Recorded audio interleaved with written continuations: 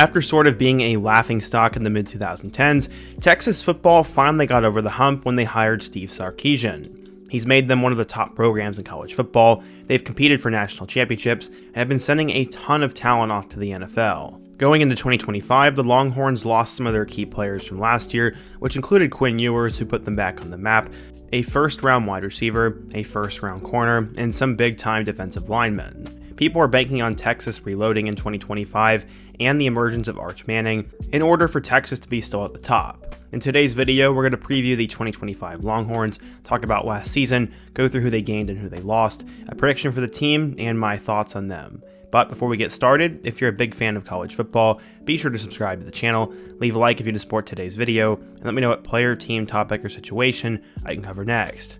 Now let's go ahead and get started and preview the 2025 Texas Longhorns. Okay, so going into last year, Texas was supposed to finish second in the SEC behind Georgia, and they would start out the season ranked number 4 in the nation. They'd beat Colorado State 52-0 in week 1 before traveling on the road to play against number 10 Michigan. This was one of the marquee games of the non-con slate, and they ended up winning 31-12 in the Big House, and this was a big win for them. After that, they would beat UTSA 56-7 and destroy Louisiana Monroe 51-3. The month of September went pretty much perfect for them, as they would then finish with a 35-13 victory over Mississippi State, their first game in SEC play. To start out the month of October, they would face off with number 18 Oklahoma in the Red River game, and this game was not particularly close. Texas won 34-3, and to start out the season, they were 6-0. They were charging towards the top of the college football playoff poll, but then Georgia came into town. Game day was here for this matchup, and against the Dogs, they ended up just not really showing up. They lost 30-15 at home, and they went from number 1 to number 5. From there, they'd go on the road to play against number 25 Vanderbilt, who was fresh off of a big victory over Bama, and they won this game only by 3, 27-24. Some were starting to think they weren't legit, but then they went on another run.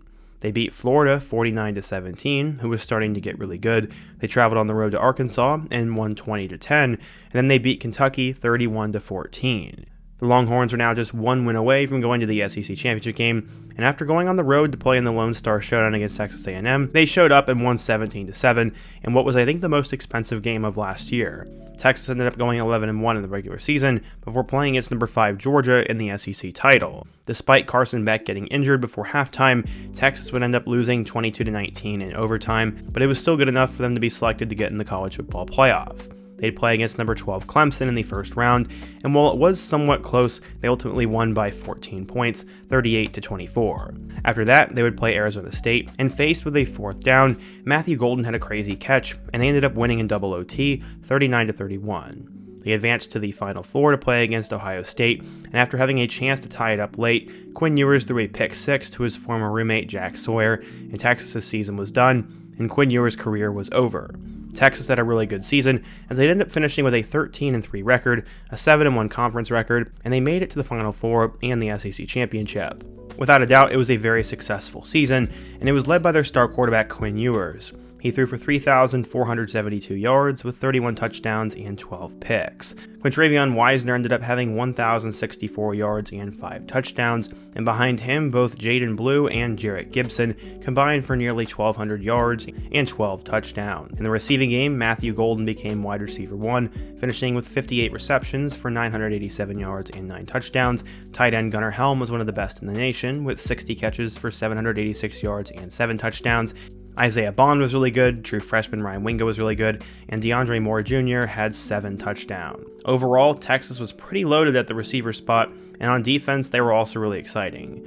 Anthony Hill Jr. became one of the best linebackers in the nation, finishing with 113 total tackles. Colin Simmons led the way with 9 sacks for the Longhorns. Jahdae Barron ended up having 11 pass deflections, and then both Jahdae Barron and Andrew Makuba each had 5 interceptions apiece. Texas was really solid, but they lost a ton of players to the 2025 NFL Draft. It started with their anchor offensive tackle Kelvin Banks Jr., who went with pick number 9 to the Saints. Jahdae Barron, the corner, also went to the Broncos at pick 20. Matthew Golden went to the Packers at pick 23. And then in the second round, Alfred Collins went to the Niners, and Andrew Makuba went to the Eagles. In the third round, Vernon Broughton went to the Saints. Tight end Gunnar Helm then went to the Titans. Barron Sorrell went to the Packers. Running back Jaden Blue went to the Cowboys. Cam Williams went to the Eagles, and Hayden Connor ended up going to the Cardinals. To close things out, we had Quinn Ewers going in the 7th round to the Dolphins, and this is one of the more shocking picks, as at one point he was supposed to go number 1 overall. Either way, it was an extremely successful draft class for the Longhorns, and they've just been sending a ton of talent off to the NFL. Luckily, they ended up bringing in a really good recruiting class for 2025, as it was literally number 1 in the nation. The Longhorns got 4 5-star recruits, which included safety Jonah Williams, defensive lineman Justice Terry, wide receiver Khalil Lockett, and cornerback Cade Phillips. There's also plenty of 4-star talent nestled in there, and their transfer class ranked number 23 in the nation. They had 11 total transfers, which included Matthew Caldwell, a quarterback transfer from Troy, Murad Watson, a defensive lineman from Syracuse, Mason Shipley, a kicker from Texas State, Jack Andrews, a tight end from Cal, Levon Johnson, a defensive lineman from Maryland, Emmett Mosley from Stanford, a receiver, Hiro Kanu from Ohio State, Travis Shaw, the former 5-star from North Carolina, Brad Spence, a linebacker from Arkansas, and Cole Brevard, a defensive lineman from Purdue. They obviously don't need a ton of transfer talent because they are just so good and they're recruiting at such an elite level. But how does this translate over to the depth chart?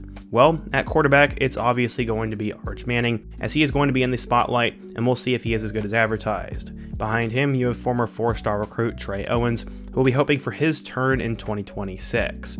At the running back spot, Contravion Wisner comes back after an incredible season last year, then you return former 5-star CJ Baxter. True sophomore Ryan Wingo should be one of the starters, true freshman Khalil Lockett should get on the field, and DeAndre Moore Jr. should also step up. I think Moore will probably be the best of the bunch, and then you'll also have Michael Terry, Aaron Butler, and Parker Livingstone.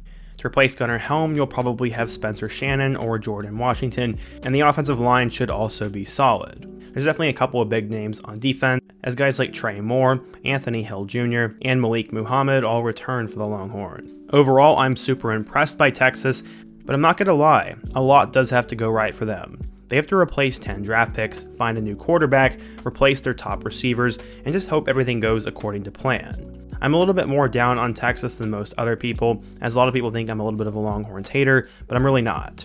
In terms of the schedule, their first game comes on the road against Ohio State. It's an absolute crime that this is a noon kickoff, but you can just say a big thank you to Fox for that one. They'll go on the road to play against the Buckeyes, who will also be breaking in a new quarterback, but besides Michigan, I cannot tell you the last time Ohio State lost at home. I also think Ohio State is probably a little bit better than them this year, and I think the Buckeyes win in week 1. Maybe I'm wrong, but my official prediction is that they go 0-1. From there, they return back to Austin to play against one of the top teams in the Mountain West this year, San Jose State. This game I doubt will be close, and Texas will win by halftime. Same story for UTEP, as former 5-star quarterback Malachi Nelson comes into town, but besides that, there won't be much else to watch because the game will be over pretty quickly, 2-1. From there, they'll play against Sam Houston State, who's been really good since their transition to the FBS. And just like San Jose State, sure, they might be at the top of their conference, but this game will not be close. 3-1 in the month of September. Going into October, they play their first big game of the season. They'll play their first big conference game of the season, as that'll come on the road against the Florida Gators. Everybody is giving Florida a ton of hype right now because of how they finished last year and who they return, but right now there's some rumors about DJ Lagway being hurt, so I'm not sure what to make of Florida. I also think they're a little bit inflated, and I think Texas goes into the swamp and wins, 4-1. They then play against Oklahoma, and this should be a better Red River game than last year. The Sooners ended up loading up in their transfer portal class, as they ended up getting John Mateer, Jaden Blue, and returned some of their top weapons from last year. Brent Venables is on the hot seat, and they grabbed a really good offensive coordinator from Washington State. And I know a lot of people are going to call me crazy, but in my Oklahoma video, I actually predicted the upset.